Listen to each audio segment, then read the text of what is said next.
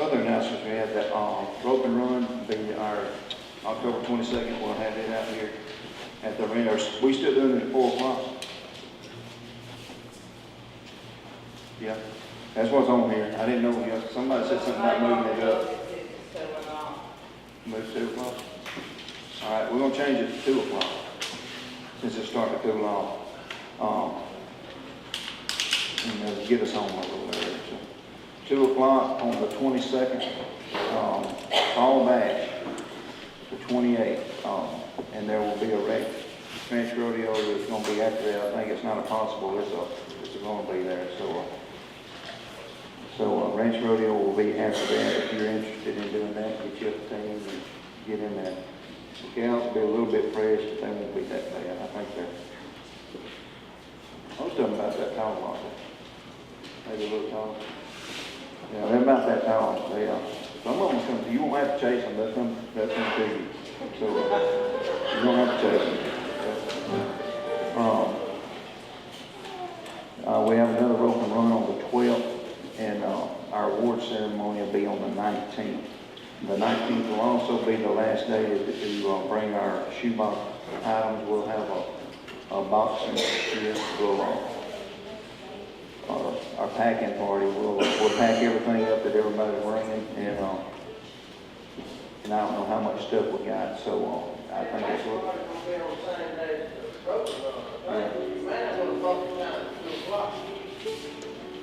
Well, the 2 o'clock is on. I don't know what time the report ceremony. I guess it's all going to be 2 o'clock. We're going to pack after church, so right after church. You just bring it home. Hey, don't forget Crystal Lines will be at our fall bash at 3:30 in French Drive.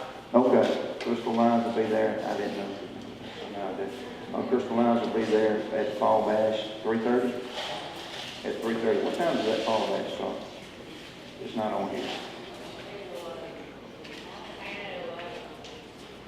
Try it at 10 or 11 and then Okay. fall.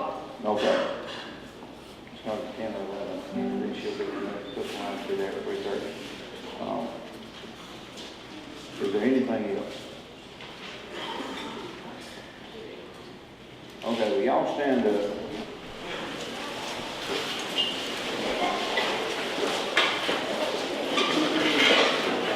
Y'all move around, shake a hand, meet with somebody, tell them to see them, whatever it is you need to do.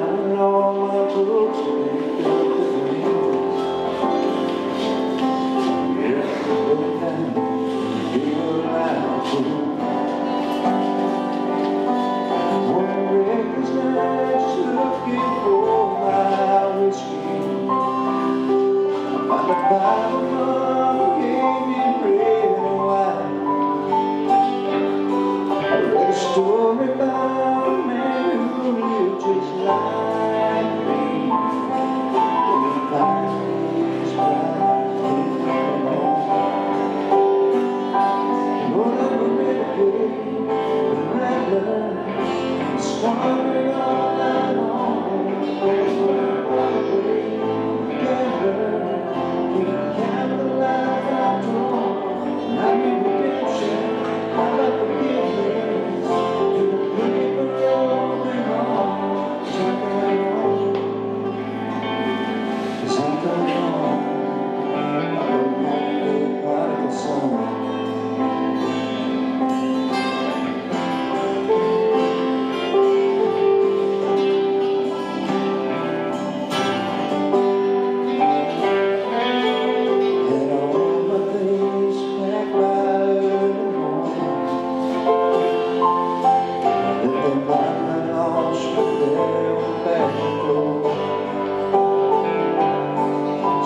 Had a big phone call back home to mom. Yes, she might not even talk to her all I've done. The phone rang twice before I got an answer. Mama nearly dropped the phone when she heard me say, I said, Mama, it's your son, we all happy.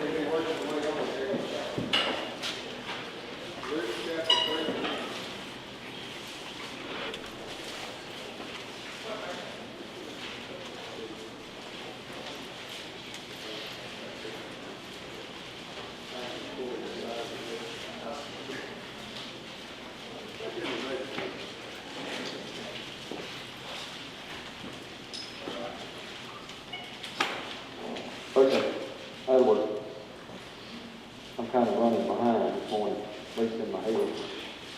Yeah, we're going to be in Luke chapter 13. We're going to start at verse 6. We're probably going to end up going back up to verse 1.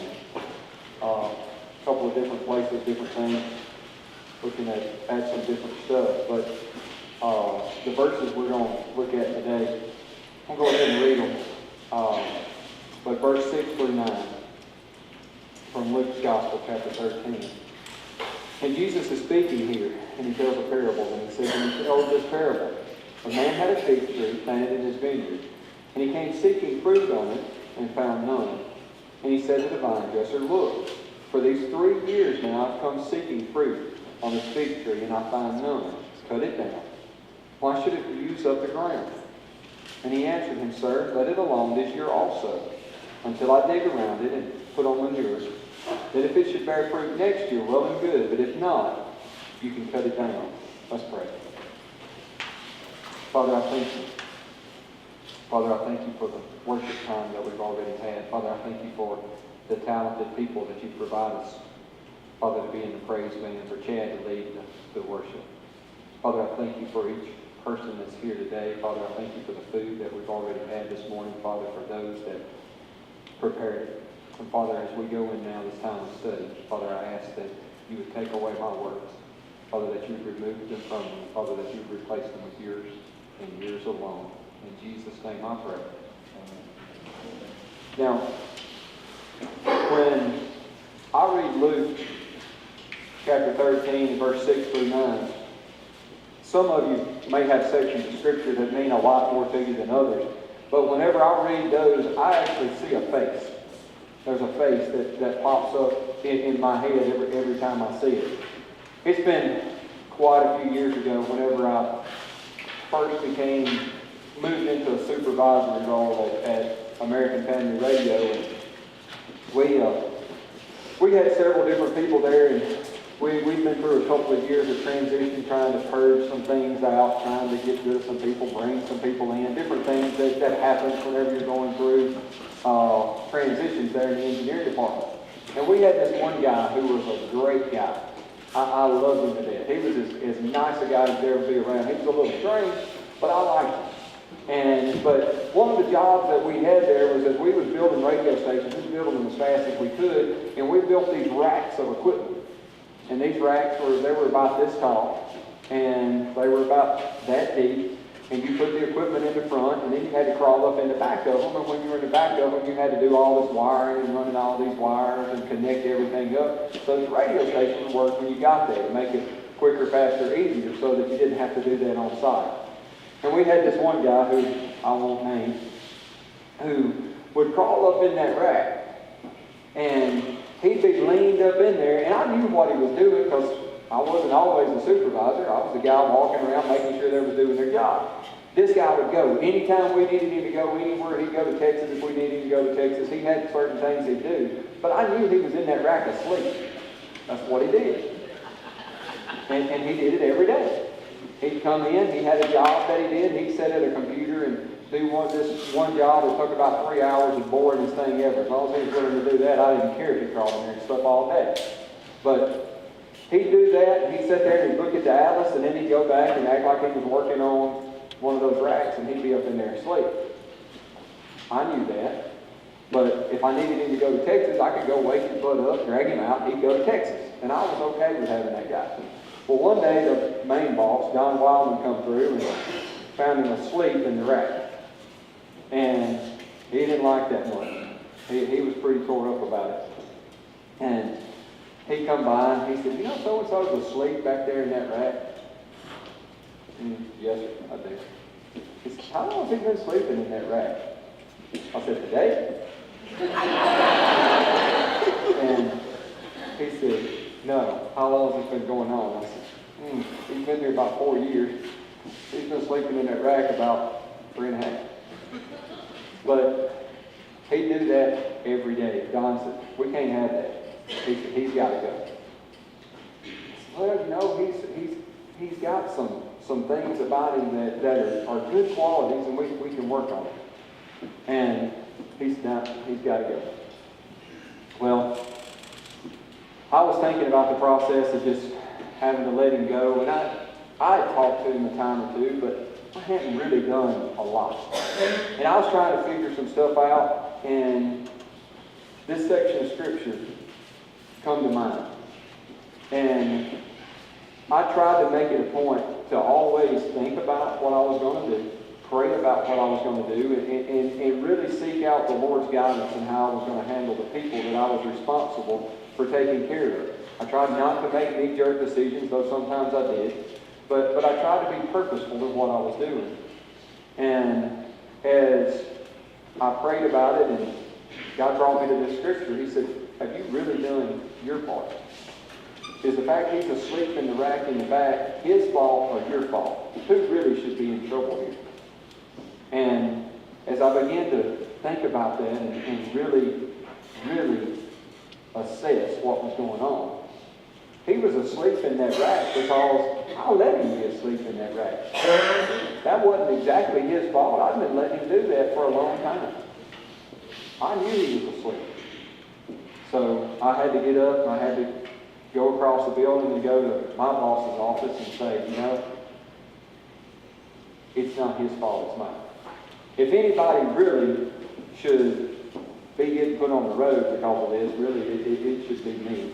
Because I haven't done my part. I haven't spent the time necessary to help him to be better. And we talked about it. I said, I tell you what. I said, give me a little time. Quoted verse 9. So give me a little time. Let's see what happens. And let me be purposeful in trying to help him out. Now, I did that. He went from sleeping in the rack 3 hours to probably sleeping in the rack an hour. And that was about as good as it ever got. And I'd love to tell you that there was this happy end of the story about him working for us, but it didn't work out so good. Eventually I had to let him go, and he was the happiest person I ever had to fire in my life. He was excited about it. He actually packed up and moved to one of the places he picked out on the atlas while he was working on the computer one day, and moved. So he was excited about it. I still felt terrible.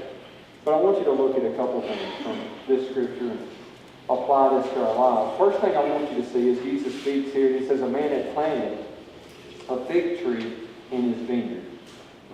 I want you to see the fact that that's a purposeful planting of that fig tree.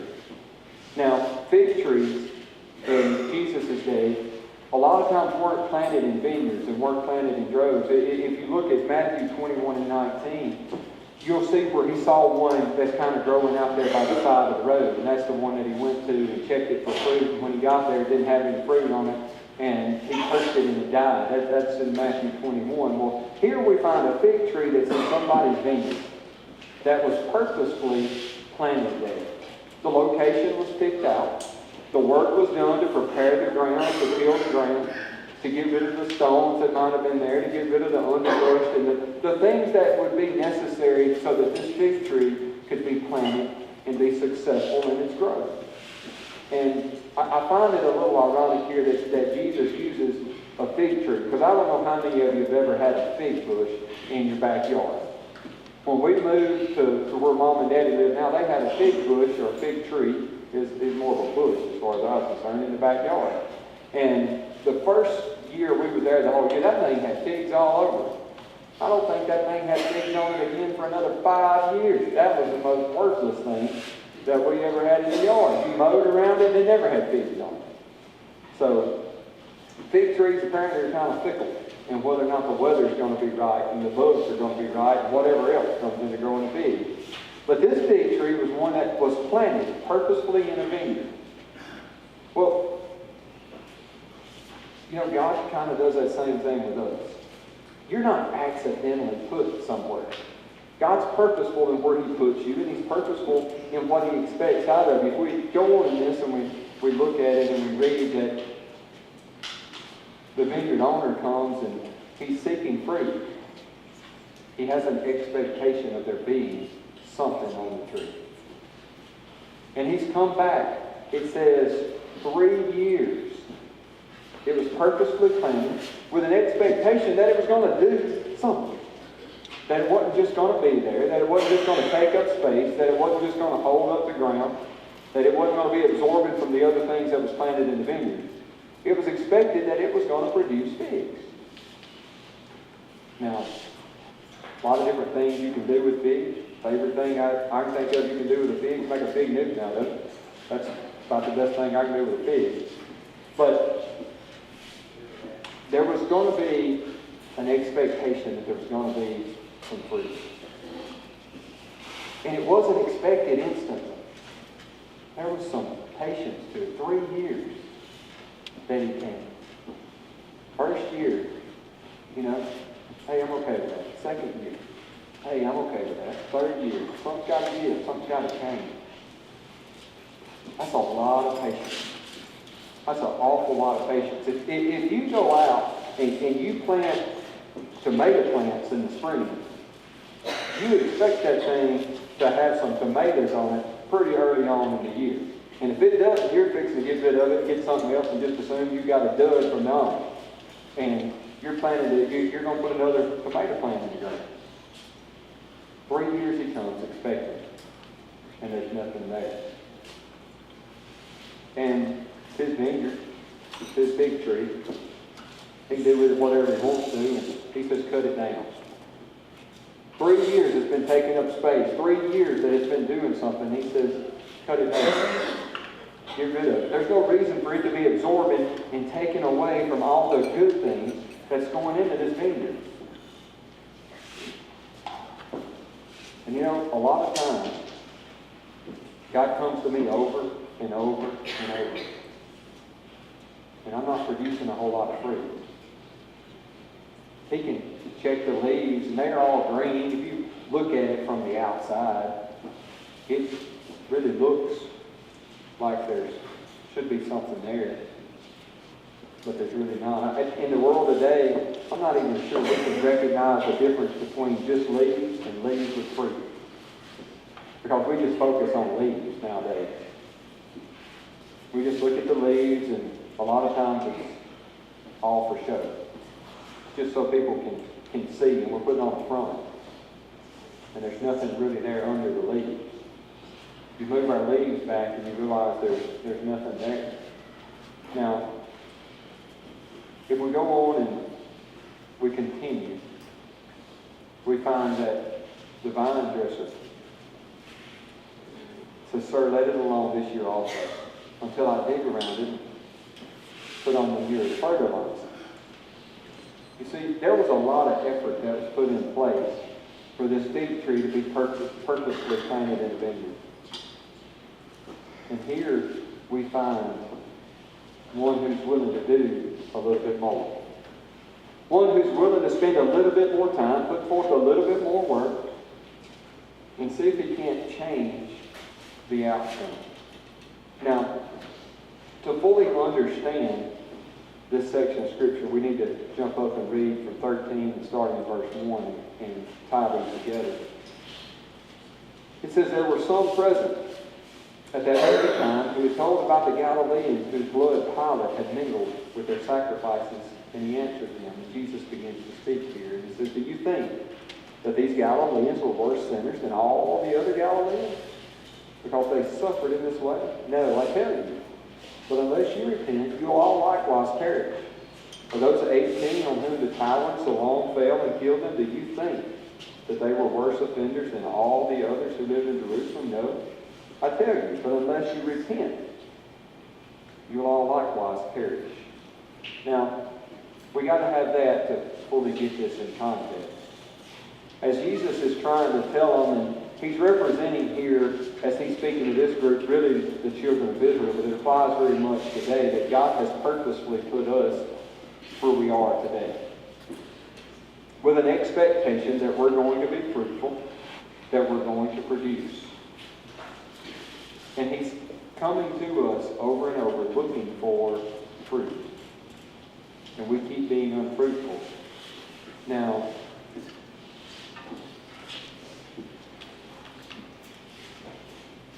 Christ continues to pour into us.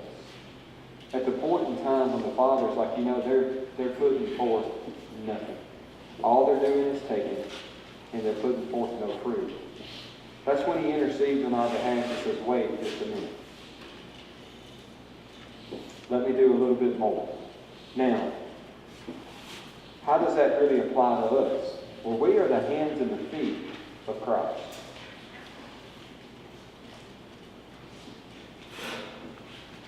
As he's working in someone's life, he tends to work in people's lives through people. Through you, through me. See, we got to be willing to step out and do that digging, to do that fertilizing, to do that work, and allow him to take us and use us. To be willing to put in that effort that is necessary for someone to be able to grow and to mature in Christ. Yesterday, whenever we were down at Joe's having the roping school, and Tim and Dustin was working with everybody, and they were trying to get folks who just started swinging a rope to folks that have been swinging a rope for quite a few years, and trying to help them be able to move forward in their roping skills. And then we got on horses and rode and trying to help them in their horsemanship skills and all that it takes to put a run together. They were willing to take of their time, to take of their Saturday, and work and try to help for the folks to get better in the roping pen. Folks, that's kind of the picture that we need in our Christian lives, that we're willing to take the time necessary to be able to help people to grow in Christ. God puts people in your path. See, you're as purposefully put here as anyone else. You have as much of a purpose for being here and a reason as anyone else. God has something for you to do, just like he has something for me to do, and each and every one of us working together so that we can help others become fruitful. Now, as we work and as we do that, as we apply more and more efforts, one of the things that we need to look at there in verse 9, it says, then if it should bear fruit next year, well and good. But if not, you can cut it down. We need to work without such a great expectation of the results. We need to work allowing the results to be in God's hands. See, we work so often in people's lives with an expectation of what he's going to do, and if he doesn't do something good, then we're frustrated and we lose heart. Paul writes in 2 Thessalonians 3:13 and Galatians 6:9, for us not to grow weary in well-doing. Don't grow weary in doing good. Don't get tired of doing the things that you're called to do, because in due season, you'll reap a reward. You got to continue to work. Some of the people that you're going to pour into, some of the people that you're going to empty yourself out into, the ones that you work the hardest, they're going to be some of the ones that, at the end of the day, they're going to kind of go away. They're going to kind of disappear. They're the ones that kind of have to get cut down and moved to the side, because they're not ready to bear fruit. They're not going to be willing to bear any fruit. But that can't be your only motivation. It's what ultimately is going on in their life. It's got to be that you're called to pour yourself into them. It's what is expected of you. Flip over to John's Gospel, chapter 15. Now, when you flip over to John's Gospel, chapter 15, and we're going to look at a couple verses from there, but if you ever get a chance, and I hope you do get a chance, I hope it's pretty often that you do, but if you got enough time to sit down and read several chapters from God's Word at one time, pick up your Bible and start reading in John chapter 13. And begin reading, read on down through chapter 17. Because that little section of Scripture, John is recounting from a first-person eyewitness account. That's the last time that Jesus is ever going to be sitting in a room with his disciples before he goes to the cross. This is the last instruction. This is the last words that they're going to get. And if you've got a Bible that has Jesus' words in red, you're going to find that there's a whole bunch of red in those few chapters as Jesus is speaking to them, preparing them for what's about to come, because the crucifixion is coming. He's not going to physically be with them much longer. He's been with them for 3.5 years. He's about to not be there much longer. And that's some powerful scripture if you'll read all the way through that. But in John chapter 15, verse 1, going down through 8, Jesus speaking to them says, I am the true vine, and my Father is the vine dresser. Every branch in me that does not bear fruit, he takes away. And every branch that does bear fruit, he prunes, that it may bear more fruit. Already you are clean because of the word that I have spoken to you. Abide in me, and I in you. As the branch cannot bear fruit by itself, unless it abides in the vine, neither can you unless you abide in me. I am the vine, you are the branches. Whoever abides in me, and I in him, he it is that bears much fruit. For apart from me, you can do nothing. If anyone does not abide in me, he is thrown away like a branch and withers. And the branches are gathered, thrown into the fire and burned.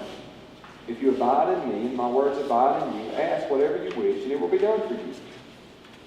By this my Father is glorified, that you bear much fruit, and so prove to be my disciples. We can expect to be examined. God has purposefully planted us, and He has purposefully planted us in the vineyard of His Son, Jesus Christ. If we call upon Jesus as Lord and Savior and we claim Him, there is an expectation that we are going to bear fruit. And we bear fruit by staying attached to the vine. We are simply a branch that grows off of the vine. If we stay connected to Him, it is the expectation that we will bear fruit, and not just a little bit, but bear much fruit.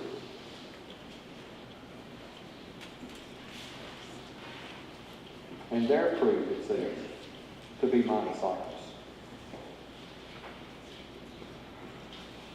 Most Sundays, when I get up here, 75-80% of the time, the entire message is tailored toward me. Because if I'm going to preach to anybody out there, I better start up here. Because it's me that most of the time needs the most work. And if you run across a preacher that tells you they got it together 7 days out of the week, and they got no problems with anything, don't go listen to them preach, because they'll lie to you. Because it doesn't matter who you are. You're going to have good days and you're going to have bad days. There's going to be days that you're going to get out of bed and making and growing fruit is going to be easy. And there's going to be days where it's not so easy. There's going to be days that if the Lord come and checked your leaves, that He's going to find you loaded down with figs. And there's going to be days that He comes and He checks your leaves, He's going to find there is nothing there.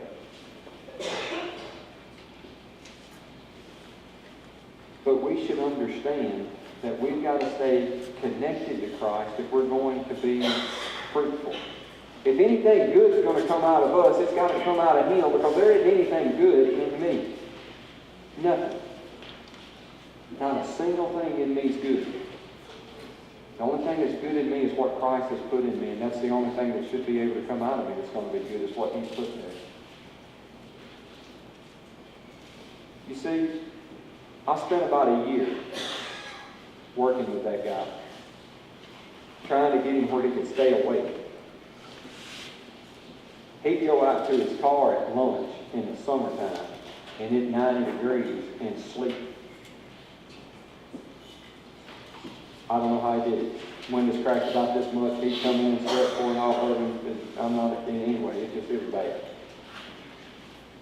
But he just couldn't make himself do it. He couldn't do it, no matter how hard he tried. And about a year into that, I let him go. And like I said, he was excited that I let him go. You see, we're going to put in a lot of time into folks, and in the end, they're going to go away. You're going to till around, and you're going to work. You're going to work the dirt. You're going to haul the fertilizer. You're going to do what it takes. and the results are not going to be what you expect. Now, there's a couple reasons for that, but one is not everybody is connected to the vine. Until they get connected to the vine, they're not going to grow. Until they're connected to Christ, you're not going to get the result that you want. You can dig around that tree and you can pour into that tree, you can do whatever you want to, but ultimately, they've got to have a relationship with Christ. Now, for those of us who are doing the digging and the tilling and all of this, there's days where somebody should be digging and tilling and working and pouring into us. There's days where we need somebody adding a little encouragement to what we're doing. That we need somebody that comes along and says, hey, God's got this, it's going to be all right. And we've got to be willing to do the same. It's real easy to get tired. It's real easy to be unfruitful. It's real easy at times to say, yeah, you know what, just cut him down. Throw him over there in the fire. I don't feel like fooling with him either. If you get nothing out of this morning, be thankful that God had the patience to allow you time to grow. That he wasn't willing to cut you down every time he was unfruitful. And that Christ was willing to come into your life, to till, to work, to fertilize, to grow you to where he wants you to be. To begin to get you to the spot that you can be useful in the kingdom. But it begins with knowing him. If you're here today and you don't know Jesus Christ as Lord and Savior, you're not connected to the vine. And there's only so much fruit you're going to be able to bear. If you're here today and you know Jesus Christ as Lord and Savior, how much are you dependent on the vine? Jesus is clear when he says you can't do anything without me. I can attest to the fact that I can't do anything without it. The thought that kept running through my head this morning is the hymn, I need thee every hour. Not just days, but hours, moment by moment, minute by minute, helping me to walk the path that he sets before me with a willingness to be completely and totally dependent upon him. Let's pray. Father, I thank you that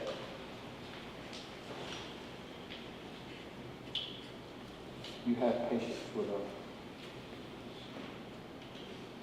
long suffering, a love that I cannot understand. Father, I know my failures all too well. But yet you continue to have patience to grow in. Father, I thank you for those that you bring into my life that are willing to do that work to make me better.